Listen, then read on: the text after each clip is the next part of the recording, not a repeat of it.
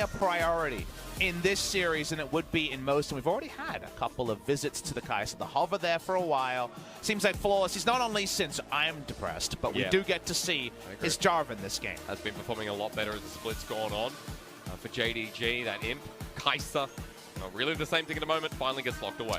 And he got the big kill totals right on the Kai'Sa, was one of the picks that he was playing on that day. So, a lot of confidence for Imp behind that pick and potentially a ranged support to back it up.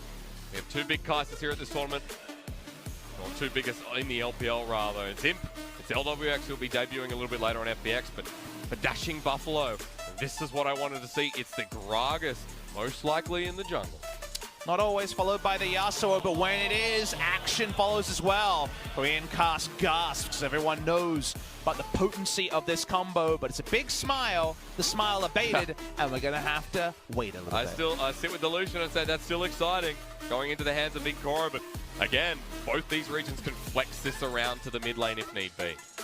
Does get flexed into pretty specific matchups. The mid lane Lucian, Corki, for example. Lucian very strong against. Now, Yagao is a very specific player. I feel like he has his effective champion board small, and from there he doesn't pivot so well.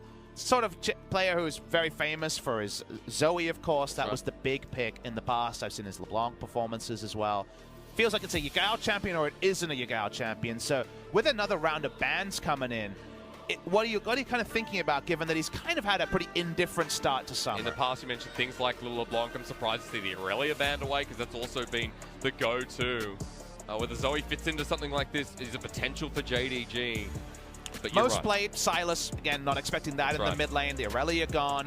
Jace, so far not accounted for, could potentially be a mid lane pick there. A very long way through. And then you're already into singles, right? Like, it's an old Rise. 9-11, remember, guys, LPL has not played on patch 9.12. They're jumping onto 9.13. It's pretty similar to 9.12, but they don't have those data points. So all the pick bans, you know, I had trouble watching 9-11 LPL games while we were casting 9.12, because I'm like, okay, this doesn't really overlap with my region. Silas. A lot has changed since then, so how they pick up the pieces, there's actually not any data points for LPL teams on this patch. That's right, it's a debut and it comes from the team that is second seed from the LPL region.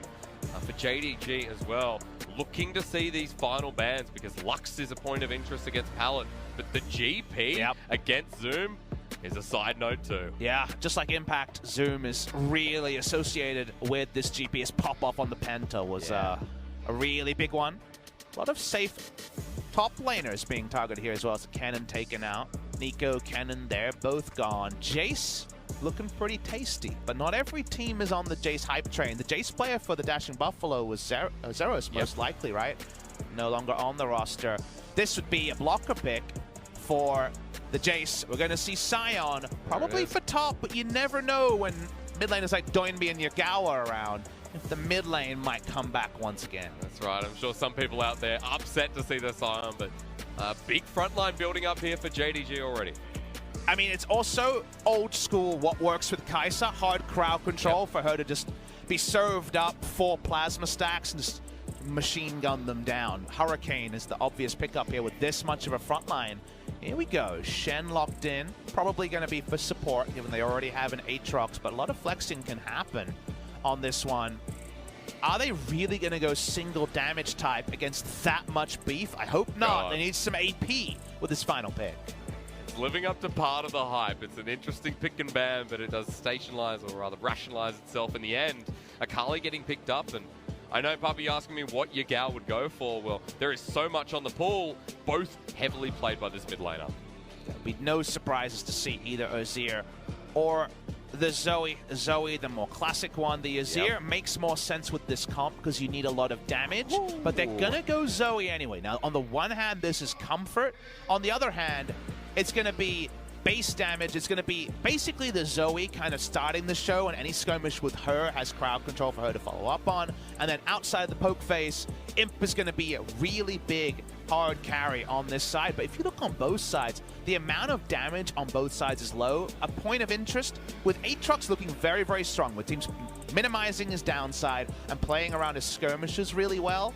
Very hard to get that first kill, to get your blood well going on the side of JJ, because the health bars are so high. fact that you see Zoom on something like the Sion as well. The point of interest there is that this man has always been the carry top player, and it's been very rare to see him on this heavy front line. So coming into this game, the first game for the LPL Rift Rivals, Zoom's taking a step back and Yagao and Zoe taking a step forward.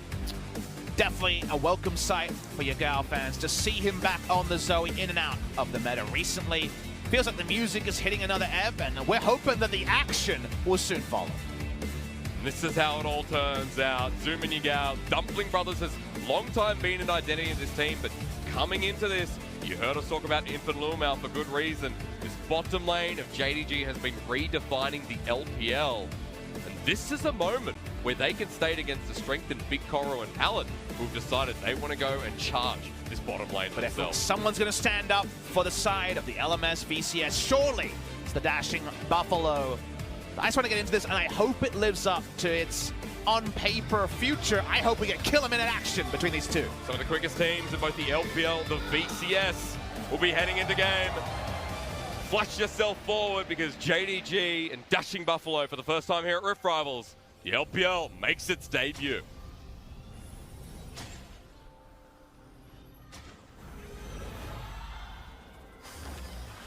There are the Gyos. Feels just like home, Papa Smithy. It's a shorter hop for China than some of the other international tournaments, so it is a pleasure to have the Chinese fans in audience. JDG walk up. There's just the most CC at level 1 on the JDG side, so they're waiting to see if anyone's out of order. Predictably, Dashing Buffalo will relent for now. Walk to that pixel ward, and that's pretty much it. A standard Fenn across here for Dashing Buffalo. Just looking across the board, second time we've seen the Electrocute on the Akali, which has been the go-to. Nothing else really a standout there. Good to see a Shen support, which is what no one will say. But still, tank matchup in a tank matchup in the bottom lane. One we never lost in the LCK, and like you mentioned, when you see Nautilus, you have a pretty long leash for your support. A very common pick we've been seeing recently from Tucson is Taric in a lane like this, because you're like, well, how much can this champion punish me if I can block the hook? Therefore, why not scale with a support like Taric? I guess Lucas was playing Taric over on the IG side when he was rolled into lineup.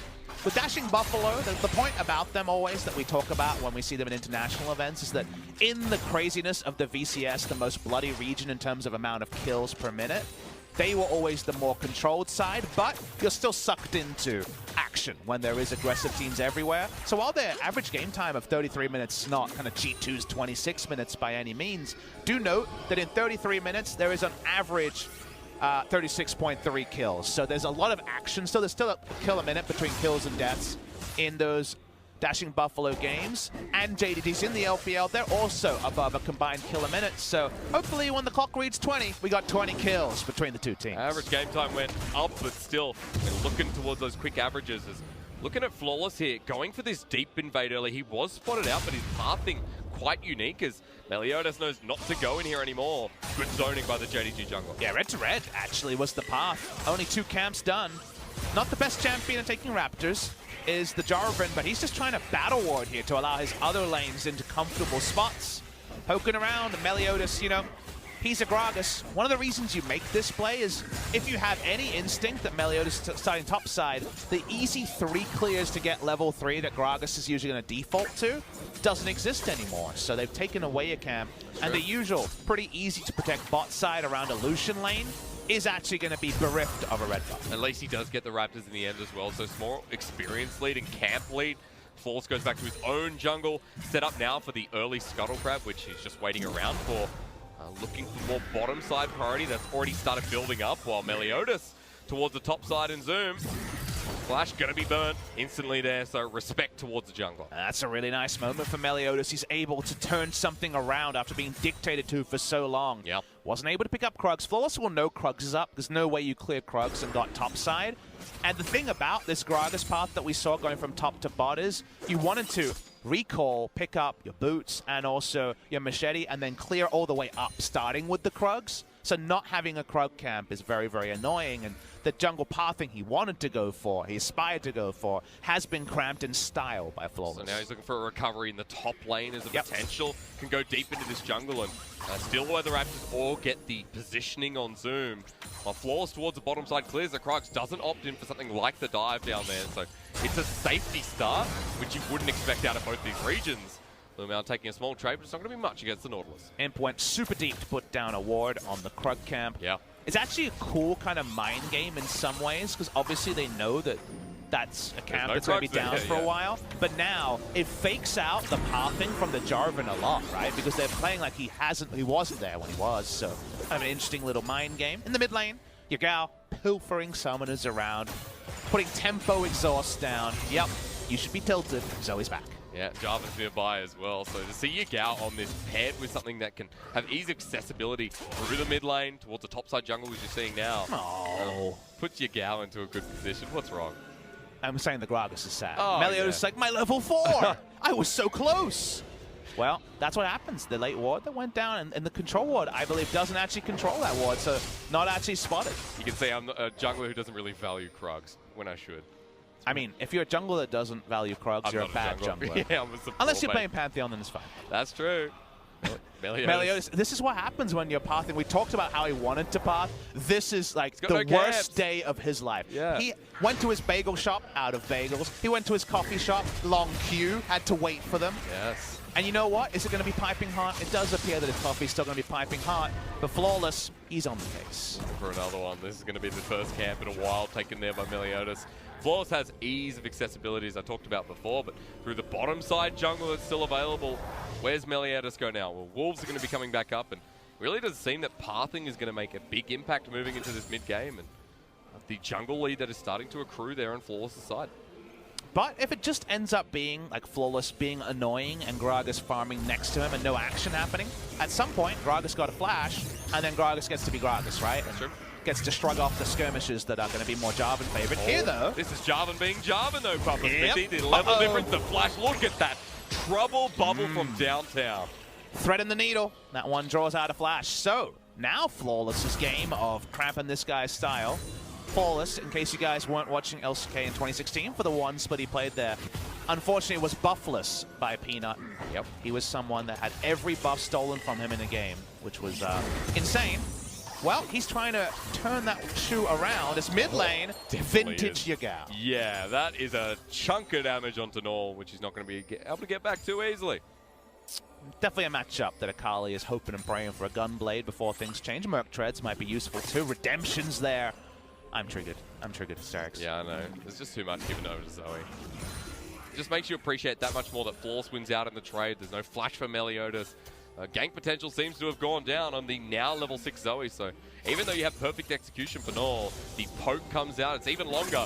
You pointed out Redemption too, so it is a pain going up against Yagao right now. And if Yagao can make it all about Yagao in the early game, this game actually slides into relative normalcy for JDG. The moment that Imp, kind of has a transformation or kind of feels strong, he has such strong lanes to Killer Instinct down a lane on, right? Top side, the ultimate comes in, unstoppable onslaught from Sion, in swoops Kai'Sa, free kill instantly. Speaking of kills, onto the red buff here, continuing to try to cramp Meliodas' style. There need to be a steal here from the jungler. Flawless level 5, so no Cataclysm just yet. Red buff taken away. Control ward invested, right? So that's right. Able to kite the camp out. Meliodas, he'd love a Krug camp, but it's the most he's going to get. So much vision control down there by JDG. Invade after invade, and JDG control the map right now because the vision prioritized towards the top side here for Dashing Buffalo, but everywhere from JDG under control towards that bottom side map. And unfortunately, that just means that Meliodas is trying to farm alongside, but he's missing out on big buffs. He's being pushed around the map. Experience is the only true lead, though, as you'll notice he has gone CS for CS against his opponent when it comes to a mount account. Bot side engage starts. Okay, this is a 2v2 for now, but Meliodas coming in with Predator ready to body bomb in. Imp level 6, but Lumao at 5 sacrifices himself. First blood over to the VCS. Even though he's not level 6, the mind game is there, and there was no time to flash for Lumao. He just dies on that one. has to back away. Nice little moment here, and I love these counter punches from the dashing Buffalo. It does show us that so far, not a lot to separate the two teams. Really important to keep JDG down while they can't really float at the moment in this bottom lane. First kill also to the Lucian, who should have a much better lane. Flawless will actually find Pallet, does get Shadow Dash, the explosive cast comes out, Flawless in trouble as the bubble comes through, but I think Flawless left alone, he can't flag and drag away. The flash is over, Null has the perfect execution, finds his way over, and JDG lose yet another with Yagao, unable to get a response. The moment the sweeper found Pallet, actually there was no exit plan available for Flawless, trying to problem solve himself out with an EQ, didn't want to flash late, and Akali feasts on him. Null has to use his summoner. Nice moment there though, as, well, Akali, enjoy the damage. Yeah, you'll take the kill any day though for that trade. But able to get something back in this lane that was already losing out on CS that hard and this early in the game. And all Zoom can do is not bide his time on GP. He's biding his time on Sion. And to me, Sion is very much about hitting the ground running. This is going to be a lot of damage. Going to get it in the end, and that was a short trouble ball for that much. But the trouble is clearly there with Flat Pen already done. Right. We talked about those killer instinct ganks on the first back timing with Manamune. We already see it coming through from Imp. Very common play here when you have a super tank in the top side. When does the ult come in? Gonna get it at melee range, pops it now into the world, and it comes in immediately with that killer instinct as you talk. The Shen stand united, is it in time? Yes, it is. Pallet's up here, but the decimating smash takes him out. Pallet just watches him die in the end. And the Flash, very optimistic when they had no idea that there was only enemies in the midst, so a bonus objective of the Flash picked up after the kill. We talked about the play, seemed like it wasn't scouted by the side of Dashing Buffalo, and it should have been. And you know why, Hysterics? Because of the timer. It's around 10 minutes. The Rift Herald freshly piping hot, and now a big helping is going to be attempted to be grabbed by JDG. So common in the LPL with this rotation coming up from the bottom lane, but Dashing Buffalo wants to make a response. They push them off of it. But will JDG keep contesting? Do have perfect execution available, so Kali can be annoying here. Oh, but then suddenly the fight's over because Yagao comes in on the side. Suddenly Zoe, we're rolling back the clock. It's spring again for JDG, and for their fans, that's not too bad, especially if we're talking playoffs. Big Koro could push for a while, but wasn't able to delete the turret while all of the commotion was happening topside. Speaking of turret deletion, Rift Herald is going to be prepared, and Imp still going to find plenty of gold. Seen a lot of instant Rift Heralds here tonight, Papa Smithy, and it's going to be one of the better ones with 3 members on the top side. Gold does split, but this turret should be contested well. And the big boy already hit bot lane. There was no ult available, but Zoom just scurried his way there, and there's a chance they lose first turret as insult upon injury. Dashing Buffalo consisting on taking it, or rather getting the Rift Herald off the turret. They succeed in doing so, so they hold first turret for now, but gold's already spent, gold's already split in him, and Lumao will stick up here for now. And you don't mind this commotion as Imp because you still don't have a transformation. This build is all about getting a very early Q transformation on the Manamune. Muramana itself had a lot of AD added to it in a recent patch, and so you just load it with attack damage, and you should have the transformation very, very soon. I believe at this point, if you've just cashed in mana for a little while, until the tier's gone for a little while, you will have it. The E is delayed, but think about that. What is the E for? It's for team fighting, it's for dodging away, it's for consistent DPS. The burst is online very early, and given we talked about Killer Instinct and also the Jarvan, the Nautilus, everyone can open up a Killer Instinct gank. If you don't know where Imp is, he's probably coming to kill you real soon. This has been the constant build in the LPL. 9 out of 10 games, we always see this Manamune come through. And rarely do we ever see the Stormrazers, but Imp gonna be relying on... Doesn't know that the Aatrox is behind him. Line of escape, he finally finds out 2 out of 3 land, and Imp just walks away with the Killer Instinct, but that's an ulti burned, and Ryzo looks like he could be getting out. Flawless and gang walking forward, but a ward is there, and a bit more optimistic of a gank path. Meliodas in a nice spot. Counter gank this one.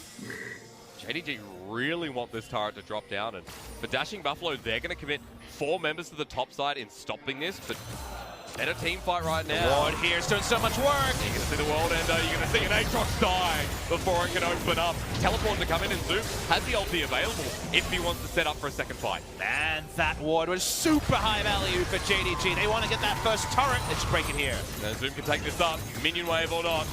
JDG open up the map and get the first big gold lead of the game.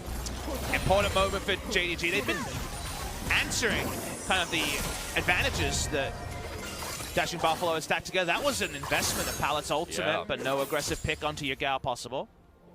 2 times now we've seen this ulti not have much effect here. So used into the mid lane. Yagao still able to stay in lane and get the shove out eventually. Dashing Buffalo done a good job of reacting to Flawless's pressure. Yes, Flawless was making Gragas' life hard, but alongside that, Gragas got back in, and we wondered, is this going to be the turning point here? But specifically being on a minion here, did not diagnose from the minion wave crashing that it was going to be actually a lane ward. It just got instantly killed there. So very straightforward. JDG know they're going to turret whether the minions are cleared out or not. And they can even just follow the next spawn. They're picking up neutrals wherever they go. Little Bell playing the cool guy there, just not looking at the explosion in the end as well. Dragon going to be picked up, as you mentioned. Infernal coming up next. So with the windows of opportunity that are being created by JDG, and Infernal starts putting a frown on Dashing Buffalo's face. And it's also the early magic penetration, and Luden's onto the Zoe, and we all know how that goes. Bot lane. Soon has ulti to get out, burns the flash in the process, so Dashing still trying to get windows themselves. It's Sion. He gets to call people cowards and run away. It's kind of weird. He's still looking good in lane. He's a do as I say, not as I do. He's Henry VIII of top laners, is the Sion. My British history is garbage, by the way. Only thing I know from England is Blackadder, which is a great show. You don't know about Brexit? Don't read up on it. That's confusing. Or maybe it's just me. A little bit of both. Leave a little bit of both, mate. Leave that one as a question mark. Zoom left alone defending this turret underneath lane. Rival has been a quiet achiever in a sense. Still up in lane, but those 2 deaths have kept him far behind the curve. It's obviously not a punishing lane matchup against the Sion, right? You're just kind of farming and taking any free harassment. Thornmail done, so yeah, pretty clear what we're working on here. We talked about, hey, please no more AD on the side of Dashing Buffalo, but it's not like Akali can puncture through Sion's shields that easily anyway. If you're a health sacker, you're not who Akali's looking for as an assassin, so gotta say, Zoom at 15 minutes, he may not be unkillable, but he is a raid boss. And he's such a pain. You know, the one member there you're going to be worried about is Big Cora, but if Zoom's dealing with him, no dramas. At this point, when JDG still have a lead, I'll be optimistic and say for Dashing Buffalo, still those individual kills have brought them through to a much more stable mid-game than it was turning out to be. Issue to me, though, is that both Imp and Yagao have kind of reached good points in power, bridges, if you will, to a metaphor that we've used a couple of times today. And they have so many ways to empower Imp if he decides to swoop in, and he doesn't have to care about too much. He has Cleanse as his summoner spell here. So given that they have a lot of burst and they have a strong front line, you're going to have to really divide to conquer as Dashing Buffalo. And if you've got a Sion comp, you're not looking to divide too much. With Zoe behind them, that's what happens to Big Cora and Palm Hill. And Minua's going to get taken down, but I think JDG are okay with that. Explosive cast used to not much effect. Yeah, hoping to bounce into turret, get a flash, don't get anything. Oh, wow, Yagao. That one was exquisite from Yagao. No kill coming, but a Lucian who needs to go on a shopping trip. That's right, that means the turret is going to be almost guaranteed here. And Big Cora actually deciding to stay behind it. And he gets interrupted by the Void Seeker being sent out, right? So doesn't have too many options, this Cowboys. Hopping man on the back end here. JDG take down a turret. You don't necessarily think of a Kai'Sa comp as a siege comp, but 3 beefy boys and a Zoe. Sometimes Zoe can do all the hard lifting herself. Second turret of the game as well. They break down mid, looking towards the bottom side. Will be Noel towards that top side, picking up the solo turret gold. So still good news there, but across the map, JDG just on this path. Sadly, for us, a mostly deathless path forward, but one that, you know, the moment the Sion came in, sadly, we were kind of assuming that we had perhaps misled you. Yeah. But at least Yagao, I mean, out of the Dumpling Brother duo that we always talk about in the LPL, if Zoom is not the person to watch, it'll be Yagao, and vice versa. But, you know, we're casting the first 3 today, Historics, and we're passing it over to Atlas and Raz for the net. It does feel like we haven't really learned too much big, apart from expectations kind of correct on the LMS VCS.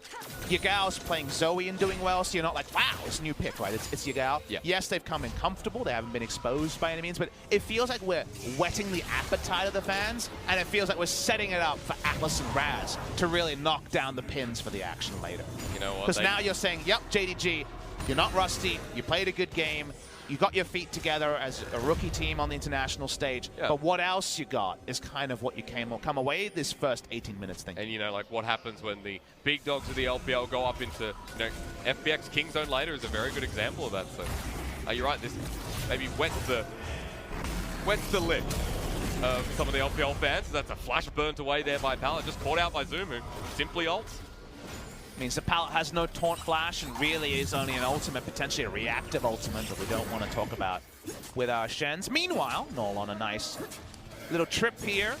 No teleport for a couple of seconds, but Zoom will be able to pick up this minion wave safely really soon. Null's been up there for a while, doesn't want to deal with anyone from Dashing Buffalo, but as mentioned, teleport still in hand, double TP actually up there for Dashing Buffalo. And still towards this bottom side, JDG just waiting for the blue buff, and that bubble likes to travel. They need to burst here. Remember, no E transformation on imp at the moment. Meliodas using the body buff away, red buff resets. So awkward. That might just be secured, but with the bubble landing once again onto Pallet, here we go, Troll Bubble into the portal jump. And Meliodas getting half health again. Still, this is actually JDG in a decent spot, not by a big gold lead by any means, but with a bit of control and a good moment. Not really being able to find any bonuses, right? It ends up being strayed, and the red buff is claimed even by the person who wants it. Now the Infernal, because of how aggressively they were posturing, the fallback Infernal is impossibly contested, so that is a nice trade overall. Enemy red buff picking up the red buff, and you taking away the Infernal Drake. Still, kind of feels like we're getting into siege territory once again and waiting for that Yagao pick to come. Ooh, almost came through with Lumao, sending out another anchor. We'll note as well, it's a double Infernal coming across, so some good RNG Drakes this game. Dashing Buffalo actually catching up on the gold lead as well, but the question will be whether Ryzo gets out, that's a yes. And then it comes to, can Null just skip past the big boys and kill someone instantly? Because if you kill Kai'Sa or Zoe, there's some sick no damage on the side of Jay's kind of been a trend today, a lot of frontliners, which to me is a little bit out of place. Maybe it's just safety first for the international stage. I feel like we'll end the tournament in a different place that we started when it comes to some of these meta choices. Yao comes in, pops the goes, cycles his summoners. Let's farm up and let's get going. Come on, let's get some fighting. We're going to needlessly large rod in there, by the way. So what? Wheat staff on the menu. Go second item. So it's been a while since we've seen a Zoe, and I don't think we've changed that much in item choice. Deathcap obviously is the one that is most threatened by this large rod. You're not putting Spellbinder into her collection there. It's just, I think, to guarantee very fast clearing of minions, because remember, flat AP against minions is always going to be good. It's not like there's any real magic resist completed. A couple of Merc Treads and the start of something for Pallet. We definitely have the time to get there for the side of Yagao, who's 40 CS up over his lane, has been considerably better since we last saw him in the LPL. That's a question mark, because obviously you watch JDG the most closely, even as a play-by-play caster. We always think of the LPL as a very bloody region.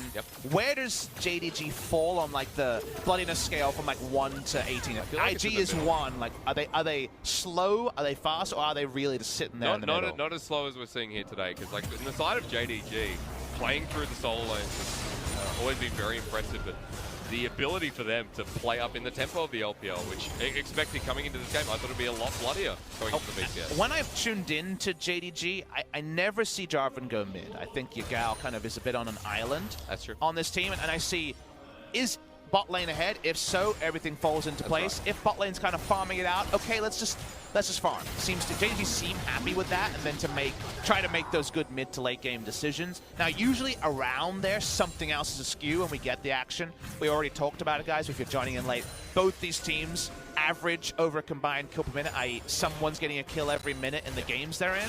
But turns out we're expecting 22.5, and we got 4. It's day one, so I can understand that teams want to take it easy, and especially for a team like JDG. More control, League of Legends, the Force has been caught out, so there's no control there. He flashes, he survives for now. Talent to go gone, but Imp's still in a great position. Teleport through as well from Norm, who joins the fight into the backline. Imp's been caught out. The killer entering the backline, though, survives for long enough to take down one. Yagao from the side as well. The other damage threat is Norm. Can't re-engage. He's used his first potential. Now the Aircross needs a reset. It's on to Lumao. He wants to get the World Ender pumping nice and early. Does find the one kill. And now for the reset as Yigal takes him down. A messy fight we're now finally getting.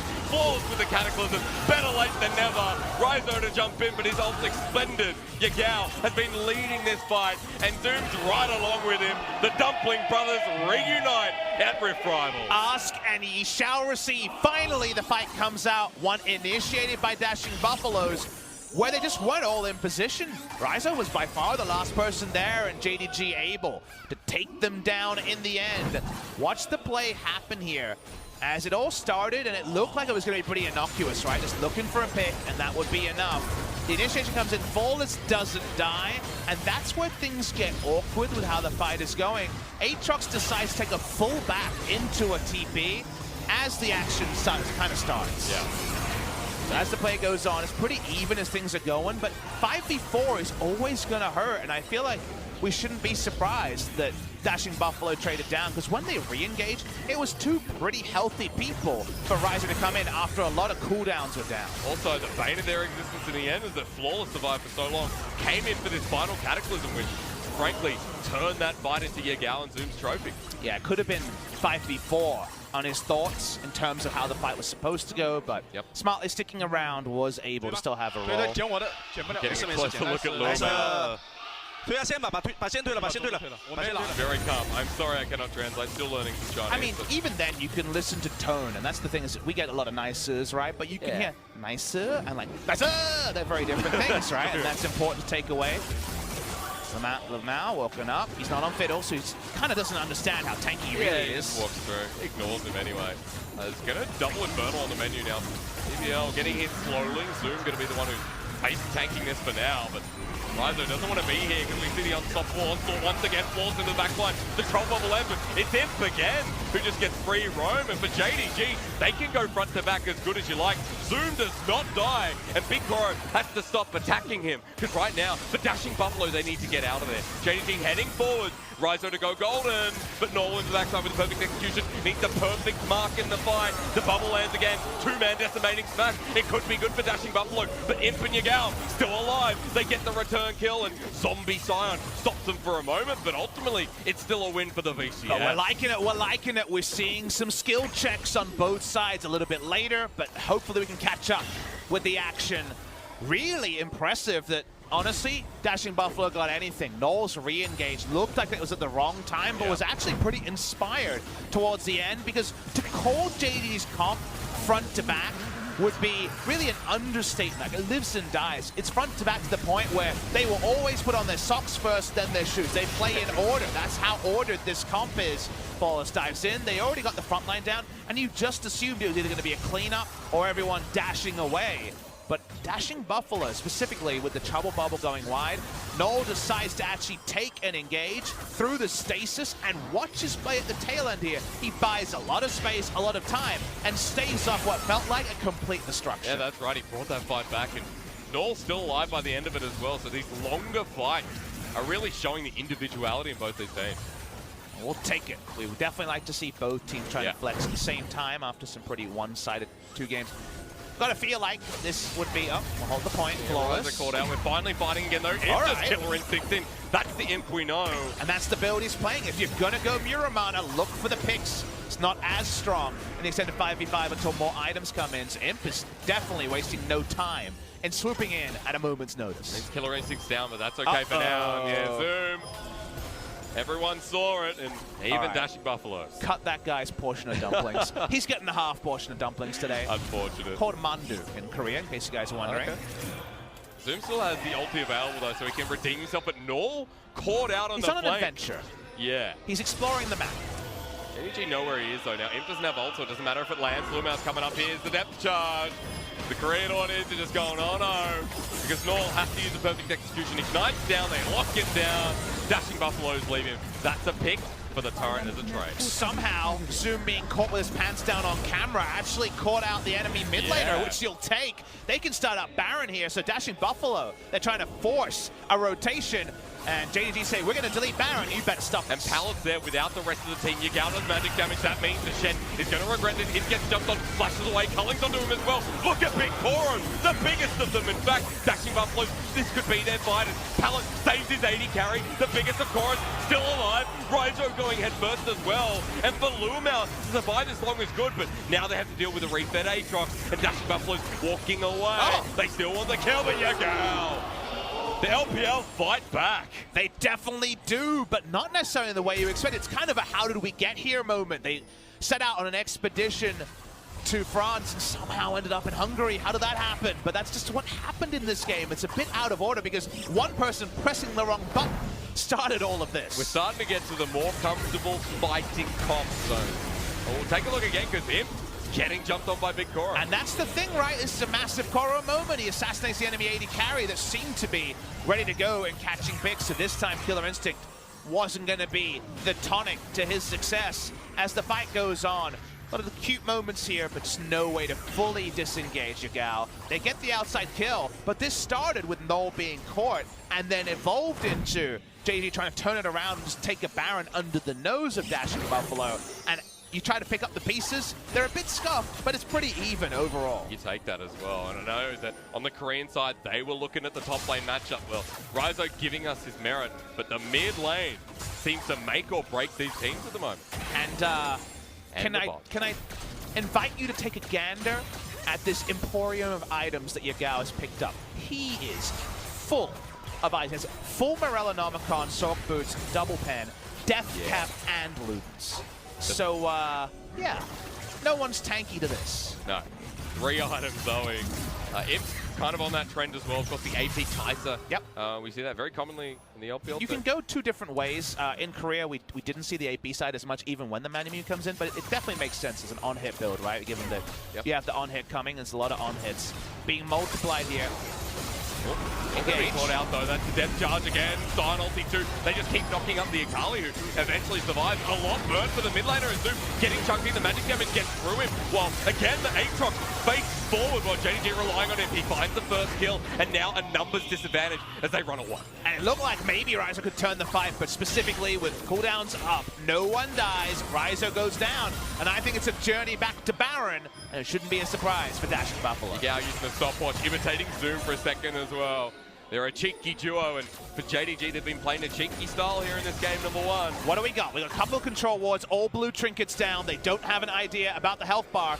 Yagao is on the hunt. Remember, he can delete people. And he has to be spotted now for Meliodas. He body bops him, but he gets the trouble bubble. Looking for the paddle star once again while Null wants to come in for the flank. He finds himself amongst one, but they're onto him. They just want this 80 carry to die, but Null can't make it work. Yagao unchecked, comes into the side, lands the trouble bubble, and immediately back to the Baron. Baron doesn't release. Baron doesn't release. It's at 5,000 health. Can they stop this? Getting bursted down by Yagao even more so. Big Koro wants to run forward, but Baron secured there by JDG. Now to get out. By hook or by crook, they get the Baron, and that's the big thing. Get the Baron, get out. I don't know if Dashing Buffalo can even hope to stop them. Not quite a highway robbery. They earned this one to JDG. It wasn't straightforward, but no, not having the stasis this time, not being able to buy as much time means that the Baron can be claimed and never releases for JDG. That's the opening here for JDG in their first game of Rift Rivals. Everything looking good so far. Yagao building towards that 4th item and almost Rabadon's death cap there for Imp. So we saw how much they had to fight to get this Baron. It wasn't trivial. What you should see with double Infernal and this comp is a 5,000 plus gold Baron power play. I'm not sure if we'll have the number in the top right, but it should honestly end at the Nexus. They are so powerful with Infernal here because the Zoe, unbelievable damage. The amount of people that can tank the turret, and Kaiser can swoop in and do huge damage. It's burst build on Imp, it's burst build on Yagao, and they're both huge, so any attempt at threatening a teleport, well, A, you don't have teleport, and B, JDG doing better. It's like looking down the left and right side of the road at the same time right now for Dashing Buffalo. They need multiple people to make that work. JDG are heading towards that bottom side, and there is multiple mispositioning here. Dashing Buffalo spread out across the map. They have no wave clear against Baron as well, and all of the pokes, so watch health bars. inhibitor turrets, all of the above explode. Dash and Buffalo need a plan. You cannot try to feel this one out. That's right, because Teleport's coming in from Zoom as well, who has ulti in hand. JDG with Baron up 5 members strong, are just going to charge this one down. They're being decisive as they should, and Dash and Buffalo, they're looking for their moment. I don't know if they'll ever find one. That trouble wobble lands, it could be preposterous as one dances onto the Aatrox. It jumps in with him as well, and JDG's going to smack him in the butt as Dashing Buffalo left in a 5 versus 4. That's going to be Pal's ulti onto Nor, but honestly, someone else is going to die. He tries to escape, it won't let him. Neither will Lilmau, who brings him all the way back into the fray. Dashing Buffalo back to the Nexus. Nor, way too late as JDG pull the LPL Classic, bring the tempo into their first game, and look to set LPL up for a strong start at Rift Rivals. Yagao skipping mad at the end. We knew it would be a high-value balance, even faster than we could have predicted. You need a plan when Zoe and AP Kai'Sa get going, and it seems like JDG closed it out in the sort of fashion that the game didn't start with, but certainly earned by the end. The bloodiness was there by the end, and what a person to start off Rift Rivals for the LPL. Someone like Yagao, who doesn't receive attention normally and has not been playing as well as we'd like in the summer split. And even if the LMS and VCS fans kind of shrug off the first 2 games, Dashing Buffalo against a JDG team that only recently got going, it's a real gut punch to see them quite easily taken down in this matchup here. It does mean that they are very likely, it won't be mathematically secured today, but a couple more losses, right? With only 2 days of best of ones, and you're guaranteed to be playing in that second versus third matchup. So JDG, congratulations to them. While it was a slow start, when it fell into place, when the Baron came in, damn did it end decisively. Yeah, it really did. I'm talking about Yukio Zoe, the imp back again on that Kai'Sa, and I know a lot of Korean fans out there will be watching this AD carry and thinking, wow, you know, imp's kind of back in form. DAMWON send a Twitter message to Caps and ask him about how JDG would do at Rift Rivals, because if he was comfortable, if he was positive, maybe JDG will smile again. This tournament shows many different masters, but even if it just adds extra wins to JDG, gets them a bit more confidence, their future opponents in the LPL will definitely be sad to see that. And remember, this is our second seed, but for a lot of fans and a lot of analysts out there, I know that JDG is the 3rd or 4th team coming into this tournament because of recency and because of the strength of the rest of LPL. So this is a good start for the team that we didn't have as high expectations, or me personally didn't have those high expectations. Gonna get the replay, and because it was no wave clear against Baron buff with the ability to turret dive and poke, we knew it could be decisive, should be decisive. We would have criticized if it wasn't. This was the sort of decisiveness that was lacking outside of the counter jungling from Flawless in the early game. That didn't pay off the biggest inroads. Dashing Buffalo kept up with them then, but when the going got tough, damn did JDG get going and closing the game. No way back with this many beefy boys and this much damage for Imp and also Yagao. And I know we haven't talked about him yet, but I was just watching Zoom during that replay, who got back to full health.